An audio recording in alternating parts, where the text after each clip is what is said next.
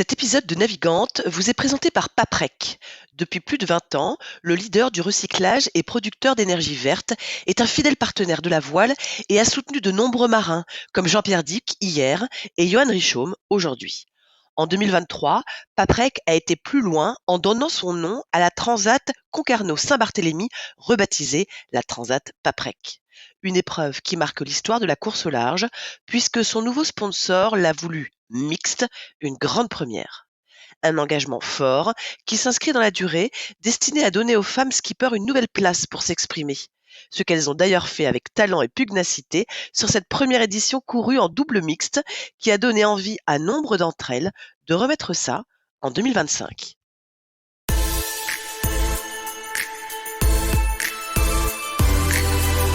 Bonjour à tous, bienvenue dans Navigante, le podcast dédié aux femmes de la course au large et de la régate, celles sous les feux des projecteurs, celles de l'ombre aussi, à ces femmes compétitrices, déterminées, qui mènent parfois 1000 vies en une. Elles vont vous raconter leur parcours, leur bonheur, leurs cicatrices, leur place dans le monde de la voile. Elles vont nous dire ce qui les anime encore et toujours. On va partir à la rencontre de ces navigantes très inspirantes. Navigante est produit par Tip & Shaft, le média des professionnels et des passionnés de voile de compétition. Tip & Shaft, ce sont 2 newsletters hebdomadaires en français et en anglais, des podcasts, des événements, des formations, un studio de production de contenu, ainsi qu'une plateforme de vidéos à la demande et un festival du film que vous pouvez retrouver sur tipandshaft.com. Je suis Hélène Cougoul et vous écoutez Navigante. Les transats, elle avait commencé à en faire pas mal, entre Paris et New York, en avion donc. Ça, c'était sa vie d'avant. Une vie faite entre 2 villes gigantesques, devant des ordinateurs, beaucoup. Mais à force de retoucher des photos de publicité et de mode, elle était graphiste, à force de faire des allers-retours au-dessus de l'Atlantique, elle a fini par aller les prendre elle-même, les photos, et à aller goûter l'océan de plus près. Elle a donné un cours différent à son existence, elle a osé. Originaire des Lilas en Seine-Saint-Denis, elle entre dans la grande famille des marins, forte d'une mini-transat en 2019 et de navigation en classe 40, entre autres. Forcément, elle a posé ses valises en Bretagne. Au-delà de ce choix assumé, ce qui fascine aussi, c'est qu'elle est une des très rares media women en course au large. Alors on dit aussi on-board reporter du bord. Quand Paul Meillat lui propose d'embarquer sur son biotherme pour le tour du monde en équipage avec escale, elle n'a pas vraiment hésité. Alors pas pour naviguer donc, mais pour capter au plus près le quotidien des hommes et des femmes du bord. Caméra au point, elle n'a rien loupé. Et franchement, filmer, monter, prendre des photos en étant penchée, trempée, ballottée, c'est un défi costaud. Grâce à elle, on voit, on apprend, on connaît mieux, on vit presque la course par procuration. Pourtant, elle reste un peu dans l'ombre. Alors aujourd'hui, on a eu envie d'en savoir un peu plus avant qu'elle ne reparte en mer sur une nouvelle étape de The Ocean Race. Anne Boger est mon invitée dans ce nouvel épisode de Navigante. Bonjour Anne, tout va bien ? Bonjour Hélène, tout va bien à Aarhus. Alors justement, raconte-nous un peu, c'est quoi l'ambiance là avant ce départ d'étape ? Pour l'instant, c'est très calme. Le village est ouvert la journée, mais je suis arrivée hier soir, donc ça commence à fermer. Il y avait quand même un petit peu de monde. Mais là, c'est très très calme. Ça commence demain, mais les bateaux sont à l'eau, les équipes techniques un petit peu au ralenti. Et puis, nous, chez Biotherm, on attend le bateau. Donc, pour nous, ça va commencer vraiment cet après-midi. Et pour le coup, ça sera pas calme du tout. Bon c'est bien qu'on soit avec toi ce matin. Alors avant que ça ne commence à s'exciter, je vais te poser ma première question rituelle, Anne. Si je te dis la voile et les femmes, la place des femmes dans la voile, comme ça, à brûle-pourpoint, tu me dis quoi ? À brûle-pourpoint, je dis que comment dire, les femmes ont leur place évidemment, et j'y vois pas d'inconvénient en tout cas. Je pense qu'il y a beaucoup de gens qui n'y voient pas d'inconvénient, et la preuve est pourtant que ça arrive qu'il y en ait. Donc c'est pas aussi simple que ça, mais d'emblée je dis en fait pourquoi pas. La région parisienne, Paris, New York, on l'a dit, le graphisme, ça ressemblait à quoi ta première vie ? Ma première vie, donc c'était des études de cinéma et de photo à Marne-la-Vallée puis à Paris. Et ensuite, quand je suis sortie de l'école de photo, j'avais pas de sujet, mon propre sujet, quelque chose qui me passionnait et qui me faisait vibrer à photographier. Donc j'ai utilisé mes yeux pour d'autres photographes. Et ça a ressemblé à des des journées en agence, derrière 2 écrans, avec une grande tablette graphique, dans des pièces grises, à travailler des images, soit sur des ensembles d'images, soit sur des parties, des vraiment micro-détails, pattes de mouche, petites fourmis et autres boutons. Et aussi des voyages sur les prises de vue. Parce que ce qui me plaisait, c'était d'être à l'origine des images quand même. Et ce qui me plaisait, c'était la discussion avec les photographes et avec les équipes artistiques. Et donc, d'être le plus possible sur les prises de vue pour être inclus, pour que la retouche soit inclue depuis le début. Mais oui, ma vie était quand même assez citadine. Moi qui ai quand même passé beaucoup de temps à la campagne, voilà, il y a eu un moment où il a fallu de l'air, de l'espace. Et la voile dans tout ça, la mer, c'était déjà un peu dans ton existence? On peut pas, non, pas du tout en fait. J'ai plutôt grandi à la campagne, voire à la montagne, dans le Massif central. J'ai dû faire quelques vacances à la mer en Bretagne et je me souviens être enivrée par le vent fort. Ma mère d'ailleurs trouvait qu'on était trop excités quand on allait en Bretagne l'hiver parce qu'on était saoulés de vent. Mais non, en fait, j'ai eu l'occasion de faire du bateau une fois à 8 ans. C'était de l'optimiste, je me rappelle très bien. J'étais une enfant assez trouillarde. J'ai pris la baume dans la figure comme ça arrive à tout le monde, je pense, au début. Un grand classique. Et moi, j'ai dû avoir peur, chouiner, et j'ai passé la semaine sur le Zodiac du Moniteur, donc j'étais guérie de la voile pendant un certain nombre d'années. Et ça a été pareil avec l'équitation, j'ai eu peur des poneys, puis finalement j'ai fait 12 ans de cheval. Donc peut-être que c'est un peu un schéma qui se répète, d'avoir peur et puis de finalement y foncer tout droit. Parce que quand tu dis j'étais une enfant assez trouillarde pour voilà, partir après se faire des étapes autour de la planète, ça va. On sait qu'il y a des choses qui se sont passées quand même depuis. Et alors, quand tu parles de... Alors, j'aime bien dire ta vie d'avant. J'aime bien parce que tu dis j'étais dans des salles un peu grises et tout. On sent que ça a changé. Qu'est-ce qui fait que ça bascule, justement? Qu'est-ce qui fait qu'à un moment, tu te dis en fait, ça peut pas être comme ça pour toujours? En fait, le basculement vers la mer, c'est presque par hasard. C'est vraiment, dans les faits, c'est vraiment 2 amis qui, à 2 soirées différentes, me disent: «Oh, j'ai passé 2 jours en mer», ou «J'étais en Italie sur un bateau, j'ai vu des dauphins, j'ai passé la nuit en mer, c'est la chose la plus dépaysante que j'ai fait de ma vie». Et là, il y a une espèce de déclic. Je me dis quand même, mes deux potes, à peu de temps d'intervalle, il doit y avoir quelque chose à creuser. Puis ensuite, c'est des bouquins, une collègue de bureau qui me conseille de lire Bernard Matossier. Et puis et là, je plonge dans toute la littérature de mer. Et donc le déclic a été, je sais pas pourquoi la mer, en fait, peut-être que c'était quelque chose qui était très différent de ce que je connaissais, et ça j'avais besoin en fait. J'ai senti que il y avait cet univers à explorer. Petite, j'avais envie d'aller dans l'espace. J'étais fascinée par les astronautes, par les navettes spatiales, par l'ISS, et donc il y avait cette envie d'aller vraiment voir un ailleurs. Et ensuite, immédiatement, j'ai trouvé un embarquement, et immédiatement, en fait, physiquement, en fait, ça m'a fait énormément de bien de bouger, d'être sur un élément mouvant, et ensuite d'apprendre énormément de choses. La mer, c'est beaucoup de techniques, et il y avait tout cet apprentissage-là, et je pense que j'étais avide d'apprendre quelque chose de nouveau.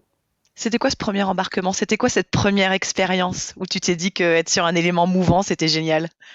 Cette première expérience, c'était, j'ai eu de la chance en fait. Je me suis inscrite sur une bourse d'équipier parce que je savais pas comment j'allais commencer à naviguer. Je connaissais personne qui avait un bateau dans mon entourage, et j'ai trouvé un convoyage d'un joli bateau IRC de 38 pieds, d'un skipper qui convoyait le bateau et qui avait besoin d'équipiers, et qui a accepté de m'embarquer malgré le fait que je sache pas du tout naviguer.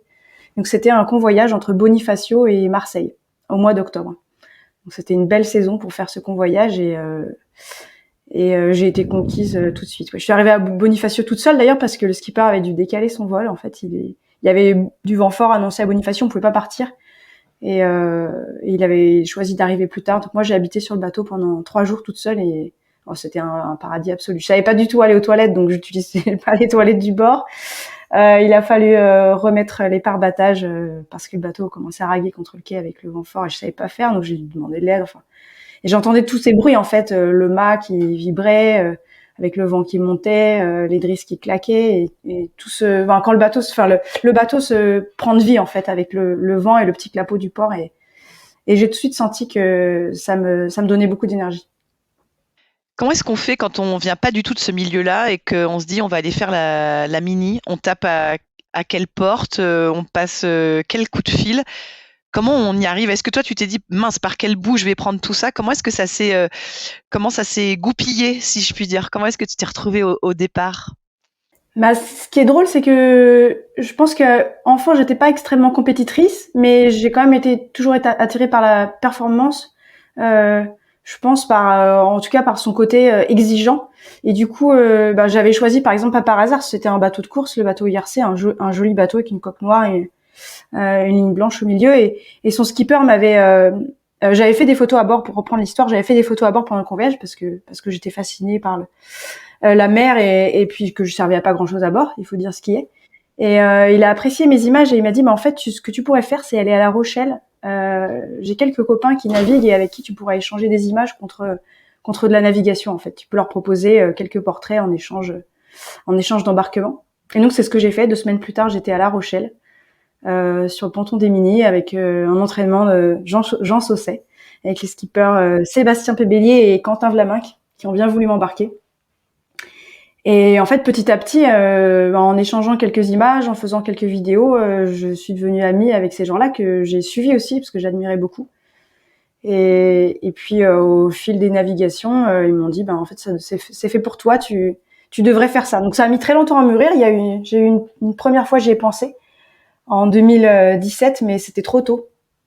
Et en fait, il a fallu 2018, pardon, une transatlantique sur un très grand classique en équipage pour me dire que en fait, bah oui, les mini, ils sont dessinés pour l'Atlantique. Il faut surfer avec sur l'Atlantique. Il faut naviguer en solo, loin au large. Et ça a été le déclic pour me lancer dans la mini. Mais du coup, j'avais quelques contacts au passage, donc je suis retournée vers ces gens-là pour les conseils, notamment quel port choisir, quel type de bateau choisir. Et ils m'ont beaucoup aidé. Ils sont venus naviguer avec moi pour les premières sorties. Ils m'ont coaché. C'était un super échange. Anne, si tu fermes les yeux et que tu te réimagines à bord de ton mini sur cette mini 2019, quelle est la sensation là qui revient tout de suite?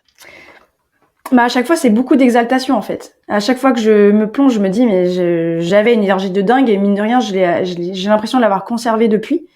Je sais que quand j'ai décidé de commencer le mini, j'ai complètement arrêté le café du jour au lendemain. J'étais à New York et je buvais du café au soja, du café crème, du café ceci, du café cela toute la journée. Et en fait, je me suis rendu compte que j'avais plus du tout besoin de café, que j'avais déjà beaucoup d'énergie. Donc il fallait arrêter.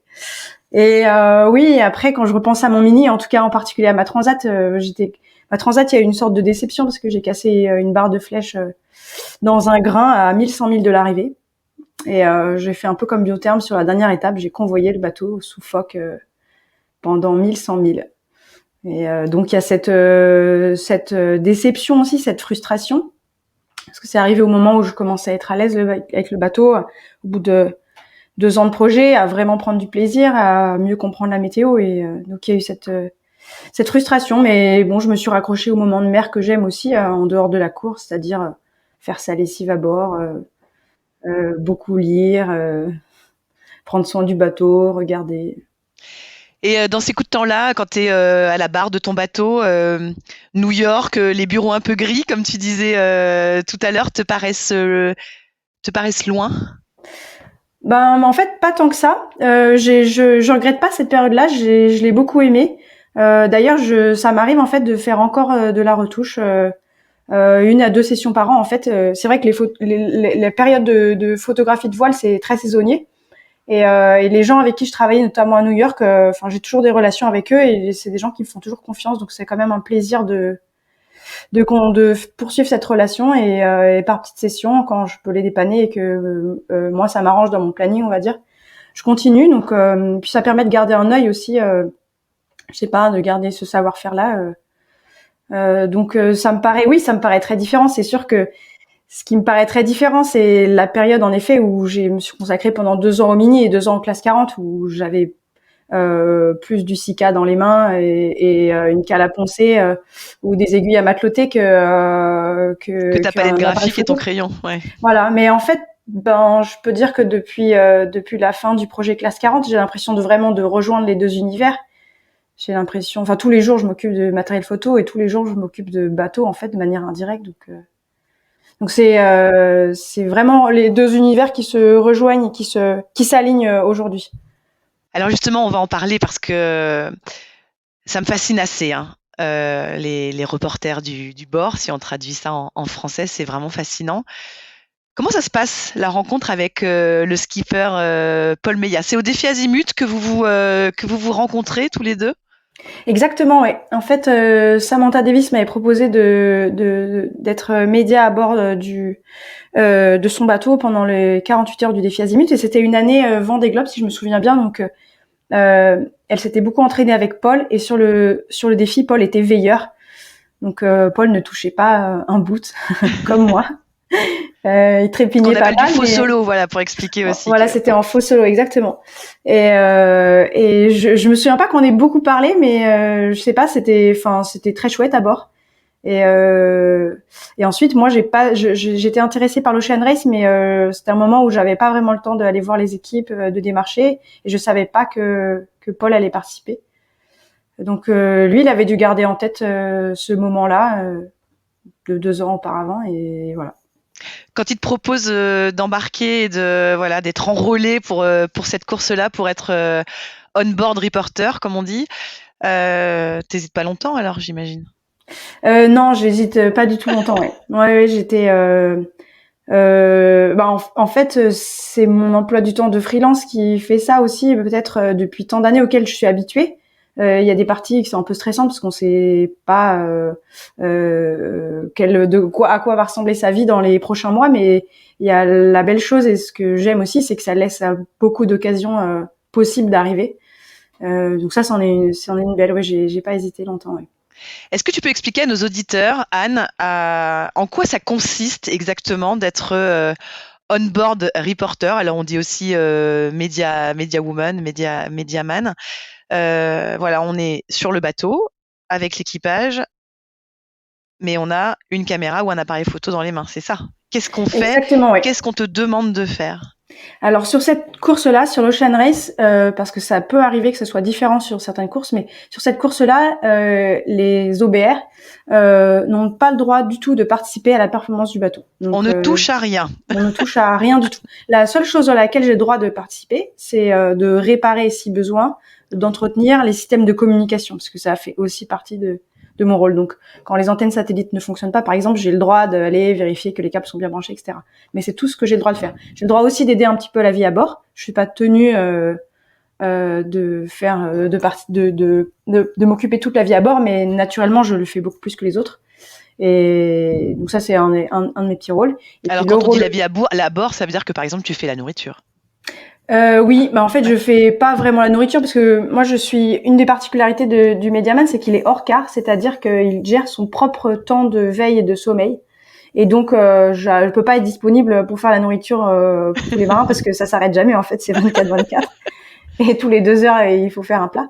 Mais par contre, c'est moi qui gère les stocks, l'avitaillement, c'est-à-dire aller chercher les sacs de nourriture journaliers et les déposer dans les pochettes pour chacun des marins.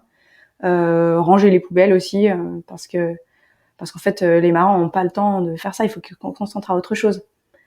Et ensuite le principal de ma partie, oui. du coup, quand même, c'est de relayer ce qui se passe à bord avec la Terre. Et sur l'Ocean Race, c'est particulier parce que tous les jours on a des fichiers à livrer, donc on a 2 vidéos, 2 bout à bout, c'est-à-dire des montages mais sans désynchroniser le son de l'image. Ça reste un enchaînement de séquences en fait à livrer, donc un premier à 8h UTC et un premier à midi UTC, et ce quelle que soit la zone horaire, les conditions sur lesquelles on se trouve. Ça, puis ensuite on a entre 10 et 15 photos à livrer, plus quelquefois du texte ou une autre vidéo selon les demandes, selon les situations. Ça, c'est la base. Et ensuite, il y a tout ce qu'il faut filmer en plus pour pouvoir réaliser un documentaire long. Il y a Warner Bros qui va réaliser un film long. Et puis aussi que les les équipes elles-mêmes aient un propre témoignage et qu'elles puissent elles-mêmes raconter leur histoire. Donc voilà, ça c'est raconter aux terriens en fait ce qui se passe à bord chaque jour, quotidiennement, le plus Mais ton possible. rythme à toi, il s'arrête pas vraiment non plus, en fait. Non, non, mon rythme à moi il s'arrête pas. Disons Il danse, que quoi. il est dense. Après, je crois que les autres font à peu près pareil en fait. Et puis ça dépend quand même pas mal de la zone de l'endroit de la planète sur lequel on se trouve. Mais en gros, on tourne beaucoup jusqu'au coucher du soleil. Et puis ensuite, il y a quelques séquences de nuit. Et après, on commence à dérocher les images. Moi, personnellement, je commence par la photo. Parce que ça me permet de me remémorer rapidement ce que j'ai fait. Et puis de travailler les couleurs. J'aime bien commencer par ça. Dérocher, on va juste expliquer, effectivement, c'est de revisionner tout ce qui a été filmé ou pris en photo pendant la journée et donc de faire après ta sélection pour pouvoir envoyer. Alors moi, il y a quand même quelque chose qui me fascine là-dedans. On en parlait tout à l'heure, au-delà des conditions pour filmer, tu vas nous raconter ça. Anne, sois franche, quand on est le nez dans une caméra ou le nez sur un ordinateur à aller dérocher des images dans un espace aussi exigu que ce à quoi peut ressembler l'espace d'un IMOCA, on n'a pas un peu mal au cœur à un moment, franchement? Et ben ça c'est drôle. En fait, sur Biotherm, j'ai jamais été malade. Bravo. Malgré comme ça peut secouer. Et la semaine dernière, j'ai fait un convoyage en classe 40 au près et j'ai vomi 3 fois. Au final, j'ai globalement de la chance, je suis pas trop malade ou très peu. Et quand je suis malade, en général, je vomis, mais ça passe tout de suite. Je suis pas hors service couché pendant 24 heures, mais non, globalement, assez peu de saturation. Ouais, Je il faut sais quand même pas. imaginer ce que c'est, hein. Faut, Quand tu quand tu pars quand tu pars sur une étape comme ça, alors on imagine bien ton sac comme les navigants, hein, avec toutes les affaires et les vêtements qu'il faut avoir sur soi pour embarquer dans une telle aventure. Mais il y a quoi dans ton deuxième sac? Dans ton sac justement où, qui va te permettre de faire ton métier à toi? Il y a beaucoup de choses. Ben, on Je le trouve imagine. très lourd et quand je suis à l'aéroport avec, il me peine vraiment le dos. Qu'est-ce qu'il y a? Il y a au moins 2 drones, il y a 2 appareils photo, un principal et un pour le spare. Il y a 4 objectifs, il y a des batteries portables, il y a je sais pas combien de câbles parce que je suis un peu Madame Spare et que j'ai peur des câbles qui s'oxydent et qui tombent dans le fond du bateau. Il y a des GoPro, il y a tout plein de filtres, il y a des housses étanches, un gros sujet les housses étanches. Ouais, c'est bien rempli. Il y a un iPad. Je travaille principalement sur un iPad. Maintenant, il y a un ordinateur en plus. Il y a une petite tablette en bois qui est sur mon bureau portable. Il y a tous les chargeurs avec encore une fois autant de câbles. Il y a toutes les batteries. Ils Et doivent ça finit t'adorer à par faire. bord quand tu arrives avec ton sac qui pèse une tonne, hein, parce qu'on sait quand même que le poids, on le fuit le plus possible sur le bateau. Oui, bah j'ai pas encore trop pris de réflexion, donc c'est que ça doit aller, mais oui, moi j'ai un peu honte de ce poids-là. Après, si j'ai pas un deuxième appareil photo et que le premier tombe en rade, ben je vais m'en vouloir très fort. Donc il faut faire quand même assez peu de concessions sur le matériel, et ça c'est quelque chose qui prend vraiment du temps sur l'Ocean Race, c'est-à-dire entre 2 étapes.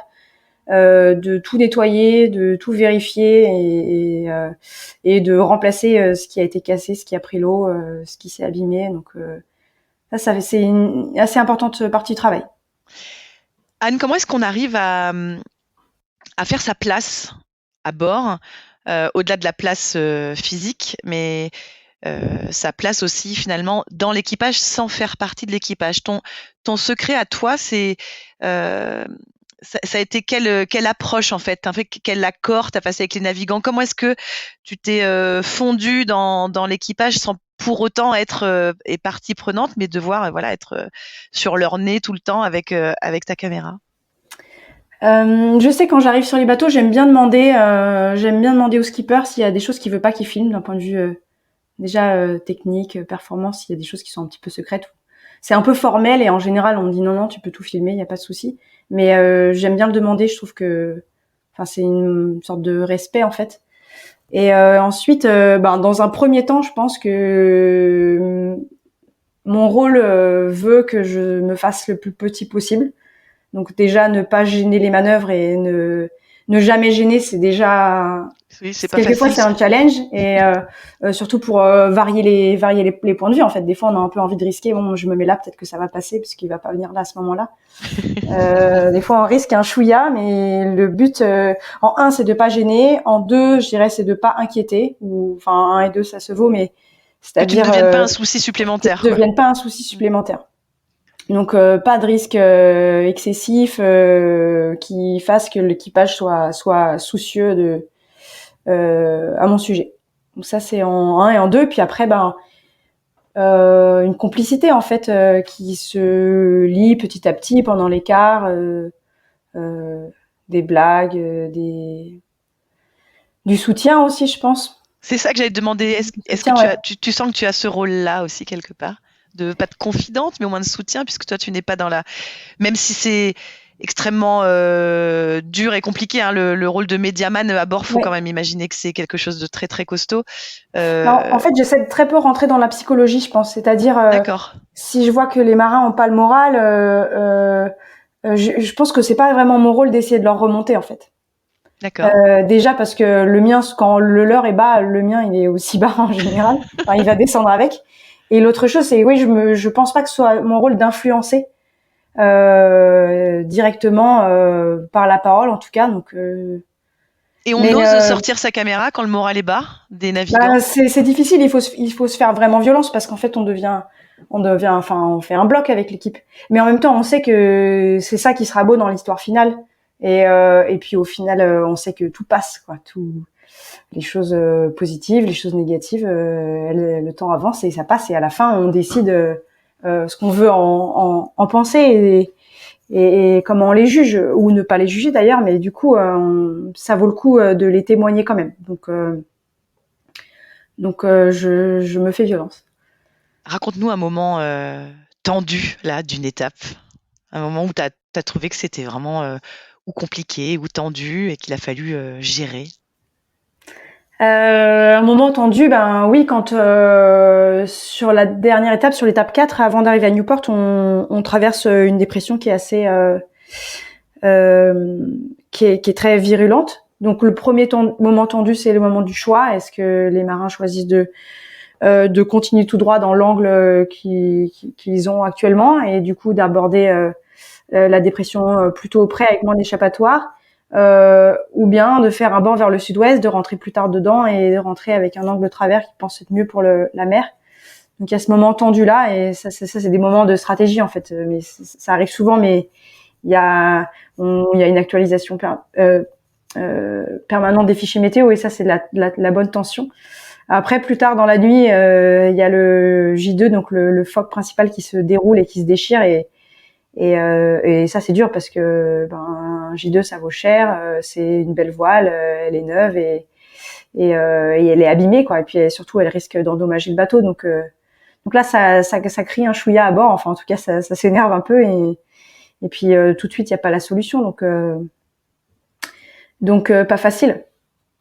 Et c'est Mais là où notamment tu dois te faire violence parce qu'il faut sortir la caméra à ce moment-là. oui, ben là je sors la caméra et je pense que quand je sors la caméra, ça calme un petit peu tout le monde en fait, parce que on se dit oula, en fait, il y a une caméra et c'est pas du tout. On a un peu haussé le ton, mais c'est pas non plus ce qu'on a envie de montrer. En réalité, c'est stupide, donc on, on redescend un petit peu et voilà. Ça, moi je demande rien évidemment, mais je sais qu'au moment où la caméra est sortie. Chacun a pris un peu de recul en fait sur la situation. Finalement, tu vois, tu apaises malgré toi sans avoir Voilà, à c'est ça. sortir de mots. Et à contrario, toi, alors évidemment, la course n'est pas encore terminée, mais un de tes moments qui va rester gravé de cette Ocean Race, de ce tour du monde en équipage avec escale. Oh, il y en a plein, mais il y a la superbe arrivée à Cape Town où Biotherm fait deuxième et ça s'est joué dans des mouchoirs de poche à la fin dans la molle et c'était superbe d'intensité. Surtout que dans la dorsale, on arrive à passer premier, donc il y avait vraiment une super tension palpable à bord. Et après, il y a plein de moments chouettes, des moments, on va dire, d'apéro. Le moment où les marins sont, en fait, en mer, on est un peu plus, on arrive à étaler et à ressurgir de la fatigue de la nuit, on va dire, après les siestes de l'après-midi. Et du coup, vers 18-19 heures, c'est le moment où il y a le plus d'énergie à bord et tout le monde est réveillé. Souvent, c'est comme ça. Et donc, il y a des bons moments de partage de petits apéros, de couper un saucisson, 3 tomates cerises ou d'étaler de l'huile d'olive sur une biscotte. Ça, c'est des super moments de partage à bord. Il y a aussi des super moments quand c'est un peu la molle et qu'on arrive à prendre un repas dehors, admirer un peu le dehors, prendre l'air à l'ombre de la grand voile. Et plein de moments aussi des moments de voile en fait que j'apprécie énormément en tant que tel, quoi. C'est-à-dire les bords de travers pendant 3 jours à 25 nœuds à faire sécher la coque. Moi, j'adore quand c'est comme ça. J'ai eu la chance que j'ai fait des étapes sur lesquelles la mer était chaude et je m'habille intégralement, mais je peux sortir dehors sans que ce soit glacial. Et du coup, ouais, c'est super exaltant d'aller essayer de mettre une perche GoPro sous la coque pour voir la quille sortir de l'eau. On revient très très salé, super trempé. La peau, elle pique et elle gratte pendant les heures qui suivent, mais c'est des très beaux moments. C'est quoi pour toi une séquence réussie? Une séquence réussie, c'est vraiment quand c'est pas prévu. Par exemple, sur l'étape 4, on attend la douche, il fait très très chaud. Évidemment, on est très salé, on sent assez mauvais. Et puis le but, c'est pas du tout de se faire attraper par les grains et coincer sous une douche qui va nous immobiliser pendant 30 minutes, mais quand la douche arrive malgré nous, c'est un moment de liesse incroyable. Tout le monde se déshabille en 2 secondes, met son vieux t-shirt sale sous la baume, on attrape le pec citron. Et ça, c'est une séquence réussie. J'arrive à attraper la GoPro et j'ai l'impression En plus, je participe à cette douche parce que cette fois-ci, j'ai pas envie de la louper. Moi non plus. Et oui, les séquences réussies, c'est celles qui sont pas du tout prévues.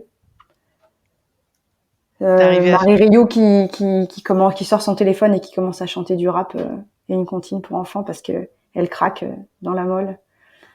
Pour moi, ça, c'est des séquences réussies. Enfin, c'est celles que j'aime faire en tout cas. T'es pas un peu frustré parfois de pas avoir le droit de toucher? Comment toucher au bout, à la barre? Comment on se départit de cette frustration-là, même si à t'entendre, et puis alors moi j'ai la chance de voir ton visage aussi, mais on sent que ça te remplit aussi ce que tu as à faire, ça te donne cette énergie-là. Mais est-ce qu'il n'y a pas cette frustration de pas pouvoir mettre un peu plus la main à la pâte? Alors, pour ce qui est de la course et de la stratégie, pas vraiment, déjà parce que je navigue avec des marins exceptionnels, donc j'ai plutôt à écouter qu'à dire quoi que ce soit, dans tous les cas. Après, physiquement, oui, porter la caméra, en fait, bon, même si elle est pas très lourde, ça fait quand même de la tension dans les épaules et dans les coups, dans le trapèze, dans les yeux aussi. Et des fois, j'ai envie de me défouler sur la colonne, ne serait-ce que 30 secondes, parce que j'ai pas l'endurance, mais pour se défouler, quoi. Après aussi, mine de rien, je commence à bien connaître le bateau, donc quand le bateau part au tas, je regarde le winch de grand voile et c'est sûr que mon premier réflexe pourrait être de la choquer.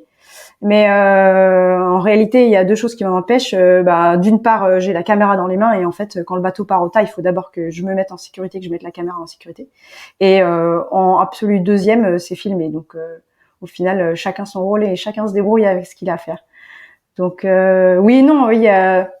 C'est plutôt un plaisir qu'une frustration. La frustration, elle pourrait être physique, de se défouler un peu. Ça enrichit comment? Ça change comment de faire une étape et des étapes d'Ocean Race à ton poste, à toi? Ça t'a changé comment? Ça t'a rendu différente comment? Ça t'a rempli comment? Ce qui est particulier sur l'Ocean Race, je dirais, c'est leur demande quotidienne de contenu. Et donc ça oblige quand même à avoir une routine et une exigence et une anticipation, notamment en fonction du débit, de la vitesse d'envoi du satellite et puis de ce qui se passe à bord d'événements. Et donc cette exigence quotidienne de tous les jours copier les fichiers, tous les jours construire son mini scénario, sa mini histoire, c'est quelque chose que j'aimais bien dans la mode en fait. Ces process d'image avec beaucoup de flux, assez exigeant niveau qualité, c'est très challengeant en fait. Ça m'a poussé, donc Ouais, je pense que c'est leur demande qui nous pousse à donner le mieux que ce qu'on peut, ce dont on peut faire. Donc je pense que ouais, c'est ça pousse, ça motive. Et ça, comment dire, oui, c'est tout un process en fait. C'est quand on fait ça tous les jours en fait, de faire tous les jours un montage à bord, quelles que soient les conditions, tous les jours un rendu d'image, c'est euh, c'est enrichissant, ouais. Et humainement? Humainement aussi, ouais, bien sûr. Humainement, bien sûr. Humainement, c'est de la vie à bord et humainement, oui, ça fait partie de la vie d'équipage. Anne, comment est-ce que tu expliquerais qu'il y ait si peu de femmes qui fassent le on-board reporter, justement? Bah déjà, il n'y a pas beaucoup de femmes qui sont photographes. En fait, je pense que c'est à peu près la même proportion, ou encore un peu moins, de femmes qui sont photographes que de femmes qui font de la voile. Parce que je sais pas, je pense que les femmes elles s'autorisent moins des carrières hachées, des carrières plus risquées. Euh, Elles s'autorisent moins, ouais, le risque en fait. Je peux pas dire vraiment de la liberté parce que c'est pas complètement une liberté. Je fais pas non plus ce que je veux complètement dans la vie. Mais euh, mais ouais, je pense qu'elles s'autorisent pas ce risque-là. Et du coup, il y a une barrière qui est mise peut-être à la fois par la société en général, par son antécédent culturel, et à la fois, ouais, sûrement par l'éducation en fait. Et toi, tu dirais quoi à celles qui aimeraient mais qui n'osent pas encore? Je dirais qu'il faut y aller, que ça vaut le coup, que moi, je trouve que c'est un super métier, que je m'y régale et que les filles, enfin disons que ça peut être un désavantage d'être un petit gabarit quand on est média, c'est peut-être un avantage. Donc bon, si j'essaie d'en tirer un, qu'il en reste un à être petite. Euh, voilà. Bon, écoute, hein, en tout cas, voilà. Qu'elles osent, qu'elles osent. Euh, voilà, tu vas repartir pour une nouvelle étape là sur cette Ocean Race. Euh, Comment tu te sens? Je me sens très bien. Je sais que ça va être intense les deux dernières étapes parce que il y a 3 courses, une porte, un petit jour on va dire off prépa et ensuite le départ et ensuite il y a un live au milieu de la courte étape. C'est une étape qui va demander beaucoup de manœuvres, à mon avis qui stratégiquement va permettre des options et des jeux, donc il va y avoir beaucoup à filmer. Ensuite, à La Haye, il y a une journée d'escale, une journée de course en import et ensuite c'est à nouveau départ. Et je pense que le Tour de l'Europe, ça va être bien sollicitant aussi. Euh, voilà, je suis contente que le bateau ait pu arriver. Je suis contente pour l'équipe. Enfin, il n'est pas encore arrivé, mais je suis contente qu'ils aient pu garder le mât en l'air avec 2 coups de malchance matérielle. Je pense que je serai très contente quand le bateau sera à Gênes et que la course aura été accomplie. Je serais contente de regarder en arrière à ce moment-là. Pour l'instant, je me concentre juste sur les étapes à venir dans le sens où elles vont arriver. Les projets après? Est-ce que tu as envie de te remettre à la barre d'un bateau pour le coup? Les projets, mais je sais pas du tout. Comme d'habitude, j'ai pas trop prévu la suite, mais j'ai encore envie de faire faire ce que je fais. Dans un avenir assez lointain, je me dis que j'aimerais bien faire des images pour peut-être pas que pour la course, peut-être pour l'étude de la nature, l'étude de la science, pour des aventures. J'ai eu l'occasion de participer à une expédition au Groenland l'année dernière en septembre et c'était chouette. C'était un autre mode, un autre rythme complètement, mais c'était intéressant aussi. C'est un exercice que je connais pas beaucoup. Donc voilà, ça c'est pour un avenir lointain. Dans le proche, je suis encore très contente de naviguer sur des bateaux rapides avec des super marins en course. J'ai une question qui me vient. À quel point, dans notre société où l'image est extrêmement importante, à quel point tu sens que vous avez un rôle de plus en plus important aussi, vous, de retranscrire ce qui se passe à bord pendant longtemps, ça a été un petit peu mystérieux, ce qui se passait sur des tours du monde. Aujourd'hui, grâce, alors effectivement sur un Vendée Globe, grâce à toutes les caméras, ou aujourd'hui, grâce à vous, on arrive à en savoir un peu plus. Ça devient important à quel point? Oui, c'est extrêmement important, ouais. Je pense que c'est bien pour la voile en général, c'est bien pour raconter des histoires de mer aux terriens. Ça, c'est ce qui me passionne fondamentalement. Ensuite, je pense que la place des médias à bord des bateaux, et la façon dont on raconte les histoires des bateaux, elle est encore en évolution. Et elle est pas encore, elle va bouger, c'est sûr, et elle change aussi en fonction de si on raconte l'histoire pour l'équipe, ou bien pour l'organisation, ou bien, par exemple, comme sur le Pro Sailing Tour, qui est aussi une super aventure à faire, pour un documentaire réalisé et qui va être diffusé 1 an plus tard. En fait, c'est très différent. On peut se permettre des choses très différentes. Et du coup, oui, la place des médias à bord et la manière dont les histoires vont raconter, elle va encore changer, je pense.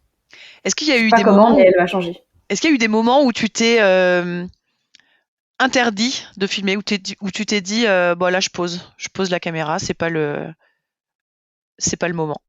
Non. Je pense que ça m'est pas encore arrivé. Si je le fais pour respecter l'intimité des uns et des autres. J'essaie d'être un chouïa moins pudique parce que il y a des histoires de mer qui sont quand même chouettes à être racontées, par exemple notamment les douches. C'est quand même assez rigolo et puis en fait tous les terriens sont curieux de comment on se lave à bord d'un bateau, donc là peut-être qu'il faut laisser un peu la pudeur de côté. Par contre après dans le montage, oui. On va te remercier, Anne. Merci beaucoup d'avoir passé ces quelques minutes avec nous dans Navigante avant donc que le bateau n'arrive. On a hâte de voir tes images. On a hâte de voir tes photos. On a hâte de lire tes chroniques aussi, hein, puisque tu fais des chroniques pour raconter les étapes. Vivement quoi? Vivement maintenant et juste demain. Merci beaucoup, en tout cas, d'avoir pris du temps pour répondre à Navigante. Merci, Yann. Merci beaucoup, Hélène. Merci à tous, à toutes.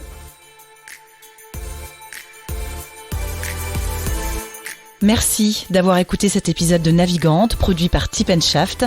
N'hésitez pas à nous dire ce que vous en avez pensé. N'hésitez pas non plus à le partager. Et si vous souhaitez suivre l'actu de la voile de compétition, abonnez-vous à la newsletter de Tip & Shaft. C'est gratuit. Elle est envoyée chaque vendredi à 17h. Et pour vous inscrire, ça se passe sur tipandshaft.com. À bientôt.